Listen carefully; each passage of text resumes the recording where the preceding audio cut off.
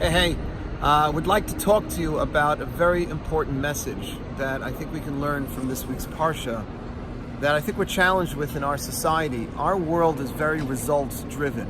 Our bosses want the product on their desks at 9 a.m. It's all about results. It's all about the bottom line. And we are taught with a very, very valuable lesson in teaching in this week's Parsha that Judaism cares more sometimes about the effort than the result.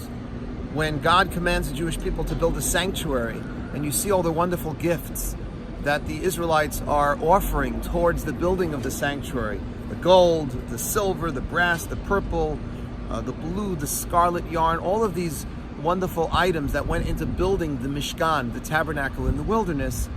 What's interesting is at the very end, when the Torah lists the items, it mentions the onyx stones, the avnei shoham, which are set into the ephod, the breastplate of the high priest. And the rabbis ask, why is the ephod, which is considered the most valuable, all the way at the end? It starts with gold and then silver and then brass. So why not put the onyx stones in the beginning? They were the most rare and therefore the most valuable. And our sages teach, the Or HaChaim, actually a great Kabbalistic teacher, answers, because the items for the Mishkan are not listed in the order of their importance. They're listed in the order of the effort that it took to procure them. How much toil and effort went into each of these items. And we know that the gold needed to be refined and the silver needed to be molded. All the materials required some effort except the onyx stones. The onyx stones, the Talmud says, were somehow miraculously fell from the heavens. They didn't have to put in any work in order to secure or procure them. And therefore they're at the end, teaching us that what's most important here symbolically is the gold and the silver, which is the stuff that needed work.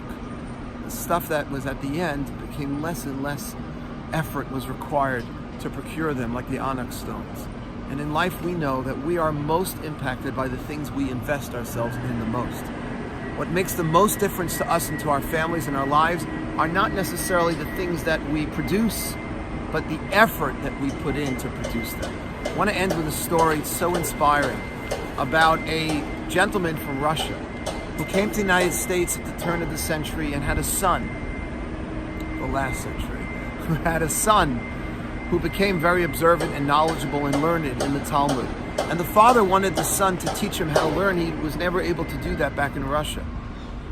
And the son was a little concerned. Talmud is not an easy thing, but the father was very interested in doing this. And every single day they studied together for an hour until after the end of the year they finished a page, a single page of Talmud. And the father wanted to throw what's called a siyum, a celebration, for finishing this page of the Talmud. And the son laughed. He says, "Dad, you don't have a siyum for one page. You have to finish like a whole tractate of the Talmud." So they called Rav Moshe Feinstein, one of the great late leaders of the Jewish community. And he was so inspired, he said, "You can make a siyum on one page because I see how hard you worked, how much toil and effort went into understanding that page, only on one condition, and that is you invite me to the celebration." And the late and great Rav Moshe Feinstein showed up to this random person's siyum, celebration for finishing one page. It's not always what you produce, it's the effort you put into it. And those are the most powerful and important things. Think about the things in your life that mean the most to you. It's probably because you've put a lot into it. Shabbat Shalom.